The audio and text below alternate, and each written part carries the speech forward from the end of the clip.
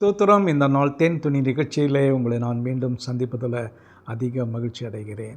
இந்த நாள் கர்த்தர் உண்டு பண்ணின நாள். இந்த நாளிலே மகிழ்ந்து சந்தோஷப்பட்டு ஆண்டவருக்குள் களி கூறுவோம். இந்த நாளில் கூட வேதத்திலிருந்து ஒரு வசனத்தை உங்களுக்கு படிக்க விரும்புகிறேன். ஏசாயா தீர்க்கதரிசியின் புத்தகம் 28வது அதிகாரத்தில் 16வது வசனம். ஏசாயா 28:16. ஆதலால் கர்த்தராகிய ஆண்டவர் உரைக்கிறதாவது, இதோ அஸ்திபாரமான ஒரு கல்லை நான் சீயோனிலே வைக்கிறேன். அந்த கல் அது பரீட்சிக்கப்பட்டதும் விலையேற பெற்றதும் திட அஸ்திபாரம் உள்ளதுமான மூளைக்கல்லாய் இருக்கிறது. அதோடு கூட விசுவாசிக்கிறவன் பதறான் என்கிறதான ஒரு வார்த்தையும் போடப்பட்டிருக்கிறது. இந்த கல் என்று சொல்லப்படுகிறதான யார் என்று பார்த்தா ஆண்டவராகிய இயேசு கிறிஸ்து. அவர்தான் தலைக்கு மூளைக்கல்லாக இருக்கிறார்.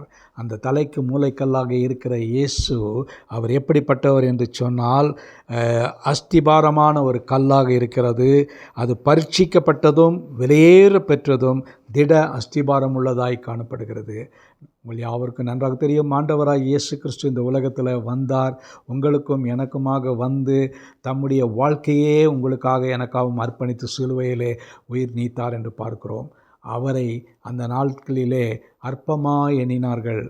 பரிசேயர், சதுசேயர் மற்றும் வேதபாரகர்கள் எல்லாரும் அந்த நாட்களிலே இயேசுவை அவர் மேசியாவாக ஏற்றுக்கொள்ளாமல், ஆண்டவராக தேவனாக ஏற்றுக்கொள்ளாமல் போனார்கள். கிறிஸ்து என்பதை அவர்கள் மறுத்துவிட்டார்கள், ஏற்றுக்கொள்ளவில்லை. ஆனால் ஒரே ஒரு முக்கியமான ஒரு காரியம் என்னவென்று சொன்னால், அவர்தான் மிக மிக முக்கியமானவர். இந்த இடத்துல ஏசாயா தீர்க்கதரிசி இயேசு பிறப்பதற்கு முன்பாகவே அநேக ஆண்டுகளுக்கு முன்பாக இதை மிக்க தெளிவும் திட்டமுமாக எழுதியிருக்கிறார். ஆதலால் கர்த்தராகிய ஆண்டவர் உரைக்கிறது, தேவன் உரைக்கிறது என்னவென்று சொன்னால், அஸ்திபாரமான கல். அந்த அஸ்திபாரமான கல் இயேசு தலைக்கு மூளைக்கல்லாக இருக்கிறார். அஸ்திபாரமான கல்லாக இருக்கிறது. அது விலையேற பெற்ற கல். அந்த கல் அதை சொல்கிறார், அந்த கல்லின் மேல் மோதுகிறவன் அவன் அழிந்து போவான் என்று பார்க்கிறது. ஆனால் அதை விசுவாசிக்கிறவன் நித்தியமாக வாழ முடியும். அதற்காக தான் அந்த விசுவாசம் என்கிறதான வார்த்தை இந்த 16வது வசனத்தில் சேர்க்கப்பட்டிருக்கிறது. நீங்களும் நானும் விசுவாசிகளாக இருக்கிறோம். ஆகவே இந்த தலைக்கல்லாகிய இயேசுவை விசுவாசிக்க வேண்டும். அவர்தான் ஆண்டவர், அவர்தான் என்னை ரட்சித்தார், அவர் என்னை முற்றுமுடிய நடத்த வல்லவராயிருக்கிறார், அவர் எனக்கு போதுமானவர் என்று அந்த மூளைக்கல்லை நாம் பற்றி பிடித்து கொண்டு அதை நூல் பிடித்து கடந்து செல்வோம் என்று சொன்னால், நிச்சயமாக நம்முடைய அஸ்திபாரம் ஸ்திரமாக இருக்கும்.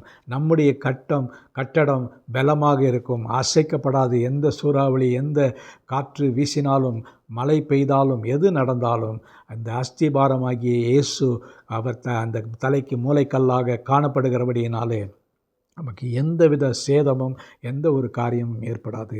அந்த தலைக்கல்லை நாம் பற்றி பிடித்து கொள்வோம். அவரை நாம் ஆண்டவராக ஏற்றுக்கொண்டு இந்த நாளிலே, ஆண்டவரே நீர் என்னோடு கூட இருக்கிறதற்காக நன்றி செலுத்துகிறேன். ஆகவே நான் உண்மை விசுவாசிக்கிறேன். நான் விசுவாசிக்கிறபடியினாலே என்னுடைய இருதயத்தில் எந்த பதற்றமும் எந்த தடுமாற்றமும் இல்லை என்று அறிக்கை செய்வோமா? நல்ல ஆண்டவரே, எங்களுடைய வாழ்க்கையினுடைய ஜீவியத்தினுடைய தலைக்கு மூளைக்கல்லே ஆண்டவரே நீர்தான் ஆண்டவரே விசேஷித்தவர், பரிசித்து பார்த்தவர். ஆண்டவரே அஸ்திபாரமாகிய கல், ஆண்டவரே நீர் ஆண்டவரே எங்களுடைய வாழ்க்கையில் மூளைக்கல்லாக இருந்து எங்களை அழைத்து செல்ல வேண்டுமா ஜெபிக்கிறோம்.